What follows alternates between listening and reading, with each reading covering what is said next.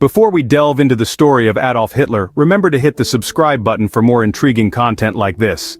In the quiet town of Braunau am Inn, Austria, on the 20th of April, 1889, a child was born who would grow to drastically shape the course of human history.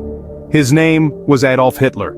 The early years of Adolf's life were a mix of both struggle and aspiration. The young Hitler harbored dreams of becoming an artist, a vision that was in stark contrast to his father's wishes for him to pursue a career in the civil service. This friction between father and son led to a strained relationship, casting a shadow over Hitler's formative years. In his late teens, Hitler found himself in Vienna, where he aspired to study fine arts. However, his dreams were thwarted as he faced rejection from the Vienna Academy of Fine Arts, not once but twice. This period of his life was marked by hardship and poverty, but it was also a time of significant ideological development. Vienna was a melting pot of various political ideologies, and it was here that Hitler was first exposed to the ideas of German nationalism, anti-Semitism, and anti-Marxism, ideologies that would later become the cornerstone of his political platform. In 1913, Hitler moved to Munich, a city he would come to call his true home. Here, he continued to face hardship and struggle, living a bohemian lifestyle, painting postcards and advertisements to sustain himself. Yet it was also in Munich where Hitler first began to develop his oratory skills, a talent that would later catapult him to the helm of German politics. So, as we trace the trajectory of Adolf Hitler's early life, we see a narrative marked by struggle, aspiration, and ideological formation. It was a period that laid the foundation for the man who would later lead one of the darkest chapters in human history. As we see, the seeds of Hitler's later life were sown in these early years. As the world was embroiled in the flames of the First World War, Hitler found his calling on the battlefield. In 1914, when World War I broke out, Hitler enlisted in the Bavarian army. He served as a dispatch runner on the Western Front, a role fraught with peril as it involved delivering messages between the trenches under heavy enemy fire. Hitler was decorated for bravery, receiving the Iron Cross Second Class in 1914 and the Iron Cross First Class in 1918, an honor rarely bestowed upon a corporal. Yet the end of the war brought disillusionment. The Treaty of Versailles, which marked the formal end of the war, imposed severe penalties on Germany, including significant territorial losses, disarmament, and heavy reparations. The treaty was seen by many Germans, including Hitler, as a betrayal by the so-called November criminals who had signed it. The public resentment over the treaty and the economic depression that followed provided fertile ground for extremist ideologies to take root. Hitler, with his virulent nationalism and anti-Semitic views, found himself in sync with the sentiments of many disgruntled Germans. From the trenches of World War I to the political turbulence of post-war Germany, this period would play a pivotal role in shaping Hitler's political ideology and his path to power. Post-war Germany was a breeding ground for political unrest, and Hitler seized this opportunity. In the ashes of a defeated nation, Adolf Hitler found fertile soil for his brand of extremist politics. His foray into the political arena began with his joining of the German Workers' Party in 1919. Hitler's fiery rhetoric and charismatic personality quickly propelled him into a leadership position. By 1921, the party was renamed the National Socialist German Workers' Party, or Nazi Party, with Hitler at the helm. However, his rise to power was not devoid of obstacles. Following a failed coup attempt known as the Beer Hall Putsch in 1923, Hitler was jailed. Yet this setback proved to be a stepping stone for his political career.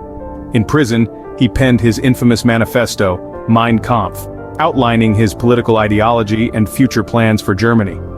Upon his release, Hitler devoted his energy to reorganizing the Nazi Party and expanding its base of support. His speeches, filled with nationalistic fervor and anti-Semitic rhetoric, resonated with the disgruntled German populace. Hitler's promise to restore Germany's lost glory was a beacon of hope in the midst of economic depression and political instability. In 1933, Hitler's efforts bore fruit when he was appointed as Chancellor of Germany. He wasted no time in consolidating his power. He masterminded the passing of the Enabling Act, granting him dictatorial powers. The act effectively bypassed the Reichstag, Germany's parliament, allowing Hitler to enact laws without its approval. In a shrewd move, Hitler merged the offices of the Chancellor and the presidency, solidifying his control over the nation. The result was a single-party dictatorship, which Hitler had the audacity to label as a democracy. By 1933, Hitler had transformed the Weimar Republic into the Third Reich, a single-party dictatorship based on the totalitarian and autocratic ideals of National Socialism. The stage was set for the darkest chapter in human history, a chapter that would bear the indelible mark of Adolf Hitler's megalomania and ruthless ambition. A scene script. Hitler's thirst for power didn't end with Germany. His eyes were set on a greater goal. Driven by a burning desire to reunify German peoples and secure a living space for economic and military stability, Hitler set a course of aggressive foreign policies and expansionist ideology. This path would not only reshape German borders but also plunge the world into the deadliest conflict in human history, World War II. In the late 30s, Hitler began annexing territories. Austria and Czechoslovakia fell under his grip in 1938 and 1939. But it was the invasion of Poland in 1939 that marked the beginning of World War II. Hitler's war machine rolled across Europe, leaving destruction and despair in its wake. The world was at war again, a war that would claim the lives of over 50 million people. But amidst the chaos of war, a more sinister plan was unfolding: the Holocaust. With Hitler at the helm, the Third Reich orchestrated the systematic state-sponsored murder of 6 million Jews, along with millions of other people deemed undesirable by the Nazi regime. This horrific genocide is a chilling testament to the devastating consequences of unchecked power and hate. The Holocaust was carried out with ruthless efficiency under the direction of some of Hitler's closest associates. Men like Joseph Goebbels, Hermann Göring, and Heinrich Himmler became infamous for their roles in these atrocities. While Hitler's armies were spreading terror across Europe, the world was changing. The power dynamics were shifting away from Western Europe towards the United States and the Soviet Union. Hitler's actions had inadvertently set the stage for a new world order. Under Hitler's rule, the world witnessed one of its darkest periods. His ambitions and ideologies brought immense suffering and loss. The devastation caused by his rule is a stark reminder of the destructive power of hate and the dire consequences of allowing one man to have unfettered control. It's a lesson the world must never forget. But every reign has its end, and so did Hitler's.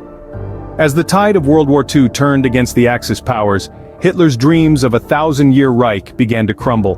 The unstoppable force he once was now seemed vulnerable, his invincibility shattered. The Allies closed in from all sides, relentlessly pushing back the once fearsome German forces. In the east, the Soviet Red Army was a relentless juggernaut, rolling towards the heart of the Third Reich, Berlin. Hitler, now confined to his bunker, was a shadow of his former self, a desperate man grasping at straws. In these final days, Hitler made one last personal decision. He married his longtime companion, Eva Braun. Their union, however, was not a celebration of love, but a somber pact sealed in the face of impending doom. Their vows were whispered not under a canopy of stars, but within the cold concrete walls of a bunker, buried deep beneath a city under siege. As the thunderous echo of Soviet artillery grew louder, Hitler made his final decision. He would not be captured. He would not be paraded through the streets as a trophy of war. He would control his own destiny. Hitler and Braun bid farewell to their loyal associates, retreated to their private quarters, and in a final act of desperation, took their own lives. Hitler's body was later discovered, burned, and buried in haste. Conspiracy theories swirled around his death, but dental records confirmed it. The man who had once held the world in the grip of terror was no more. And so, on April 30th, 1945, the reign of Adolf Hitler, one of history's most notorious figures, came to a chilling end. The architect of the Holocaust, the instigator of the most devastating war in human history, had met his end, not on a battlefield, but in a bunker, a symbol of his fallen empire. Hitler's reign was over, leaving behind a world forever marked by his actions.